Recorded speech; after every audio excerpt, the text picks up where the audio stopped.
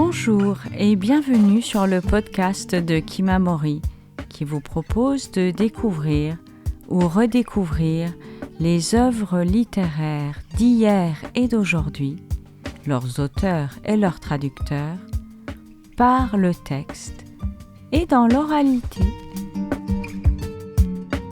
En 2020, nous avions passé des mois entiers à lire ensemble les 2 premiers tomes du Comte de Monte Cristo d'Alexandre Dumas. Chaque jour, je lisais un chapitre de cette œuvre grandiose, enregistrée et partagée avec vous le jour même. Eh bien, réécoutons cette semaine un extrait du chapitre 17, qui sera ici diffusé en 3 épisodes de 10 minutes.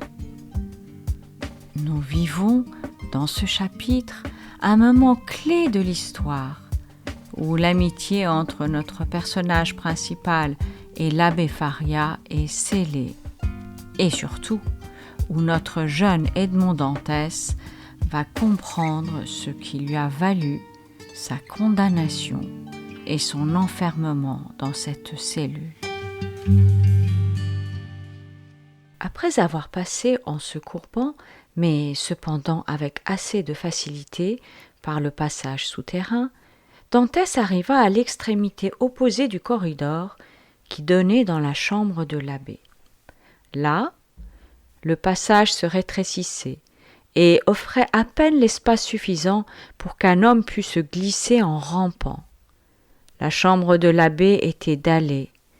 C'était en soulevant une de ces dalles, placée dans le coin le plus obscur, qu'il avait commencé la laborieuse opération dont Dantès avait vu la fin. À peine entré et debout, le jeune homme examina cette chambre avec grande attention. Au premier aspect, elle ne présentait rien de particulier.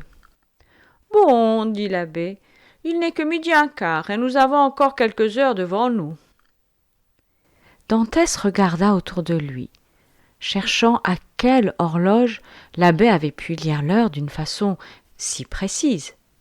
« Regardez ce rayon du jour qui vient par ma fenêtre, » dit l'abbé, « et regardez sur le mur les lignes que j'ai tracées.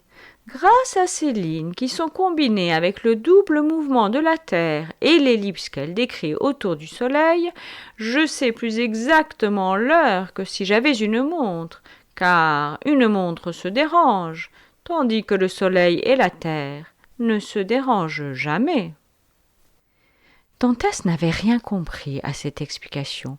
Il avait toujours cru, en voyant le soleil se lever derrière les montagnes et se coucher dans la Méditerranée, que c'était lui qui marchait et non la terre. Ce double mouvement du globe qu'il habitait, et dont cependant il ne s'apercevait pas, lui semblait presque impossible. Dans chacune des paroles de son interlocuteur, il voyait des mystères de science aussi admirables à creuser que ces mines d'or et de diamants qu'il avait visitées dans un voyage qu'il avait fait presque enfant encore à Guzarat et à Golgonte. « Voyons, dit-il à l'abbé, j'ai hâte d'examiner vos trésors. » L'abbé alla vers la cheminée, déplaça avec le ciseau qu'il tenait toujours à la main la pierre qui formait autrefois l'âtre et qui cachait une cavité assez profonde. C'était dans cette cavité qu'étaient renfermés tous les objets dont il avait parlé à Dantès. « Que voulez-vous voir d'abord » lui demanda-t-il. « Montrez-moi votre grand ouvrage sur la royauté en Italie. » Faria tira de l'armoire précieuse 3 ou 4 rouleaux de linge tournés sur eux-mêmes comme des feuilles de papyrus. C'étaient des bandes de toile, larges de 4 pouces à peu près et longues de 18. Ces bandes, numérotées, étaient couvertes d'une écriture que Dantès put lire, car elles étaient écrites dans la langue maternelle de l'abbé, c'est-à-dire en italien, idiome qu'en sa qualité de provençal, Dantès comprenait parfaitement. « Voyez, lui dit-il, tout est là. Il y a 8 jours à peu près que j'ai écrit le mot fin au bas de la 68e bande. 2 de mes chemises et tout ce que j'avais de mouchoirs y sont passés. Si jamais je redeviens libre et qu'il se trouve dans l'Italie un imprimeur qui ose m'imprimer, ma réputation est faite. Oui, répondit Dantès, je vois bien. Et maintenant, montrez-moi donc, je vous prie, les plumes avec lesquelles a été écrit cet ouvrage. Voyez, dit Faria.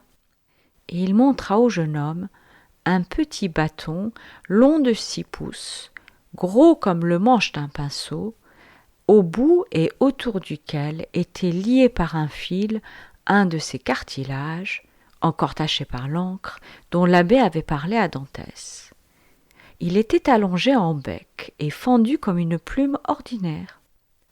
Dantès l'examina, cherchant des yeux l'instrument avec lequel il avait pu être taillé d'une façon si correcte. « Ah oui, dit Faria, le canif, n'est-ce pas? C'est mon chef-d'œuvre, je l'ai fait, ainsi que le couteau que voici, avec un vieux chandelier de fer. » Le canif coupait comme un rasoir. Quant au couteau, il avait cet avantage qu'il pouvait servir tout à la fois de couteau et de poignard. Dantès examina ces différents objets avec la même attention que, dans les boutiques de curiosités de Marseille, il avait examiné parfois ces instruments exécutés par des sauvages et rapportés des mers du Sud par les capitaines au long cours.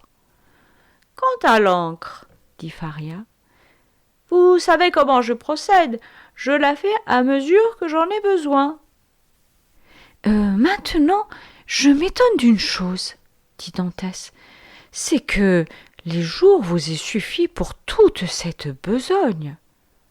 J'avais les nuits, répondit Faria. Les nuits? Êtes-vous donc de la nature des chats et voyez-vous clair pendant la nuit? Non, mais Dieu a donné à l'homme l'intelligence pour venir en aide à la pauvreté de ses sens. Je me suis procuré de la lumière. Comment cela? De la viande qu'on m'apporte, je sépare la graisse, je la fais fondre et j'en tire une espèce d'huile compacte. Tenez, voilà ma bougie. Et l'abbé montra à Dantès une espèce de lampion, pareil à ceux qui servent dans les illuminations publiques. Mais du feu? Voici 2 cailloux et du linge brûlé. Mais des allumettes? J'ai feint une maladie de peau et j'ai demandé du soufre que l'on m'a accordé. Dantès posa les objets qu'il tenait sur la table et baissa la tête, écrasé sous la persévérance et la force de cet esprit. « Ce n'est pas tout, continua Faria, car il ne faut pas mettre tous ces trésors dans une seule cachette. Refermons celle-ci. » Ils posèrent la dalle à sa place. L'abbé sema un peu de poussière dessus, y passa son pied pour faire disparaître toute trace de solution de continuité, s'avança vers son lit et le déplaça. Derrière le chevet, caché par une pierre qui le refermait avec une herméticité presque parfaite, était un trou, et, dans ce trou, une échelle de corde longue de 25 à 30 pieds. Dantès l'examina. Elle était d'une solidité à toute épreuve. « Qui vous a fourni la corde nécessaire à ce merveilleux ouvrage ?» demanda Dantès. « D'abord quelques chemises que j'avais, puis les draps de mon lit que pendant 3 ans de captivité à Fenesterelle j'ai effilés. Quand on m'a transporté au château d'If, j'ai trouvé moyen d'emporter avec moi cet effilé.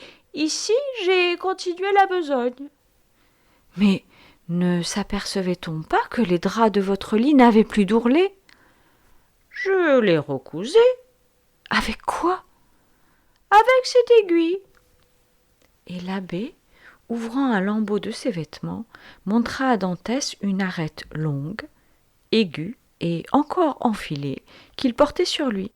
« Oui, continua Faria, j'avais d'abord songé à desceller ces barreaux et à fuir par cette fenêtre, qui est un peu plus large que la vôtre, comme vous voyez, et que j'eusse élargie encore au moment de mon évasion.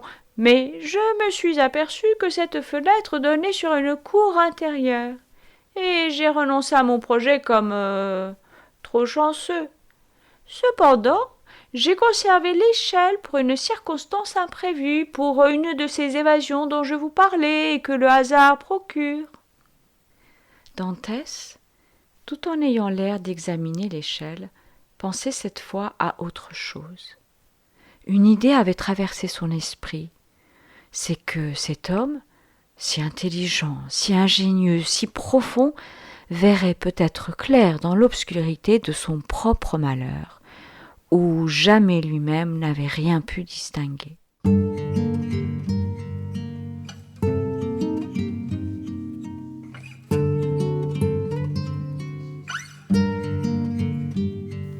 Vous venez d'entendre le début du chapitre 17 du Comte de Monte Cristo d'Alexandre Dumas.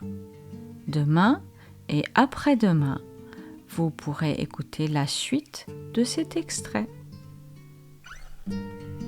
Chères auditrices, chers auditeurs, n'hésitez pas à consulter notre site internet kimamori.fr, nous suivre sur les réseaux sociaux, et nous serions très heureux de vous voir rejoindre notre communauté de lecteurs en adhérant à notre association.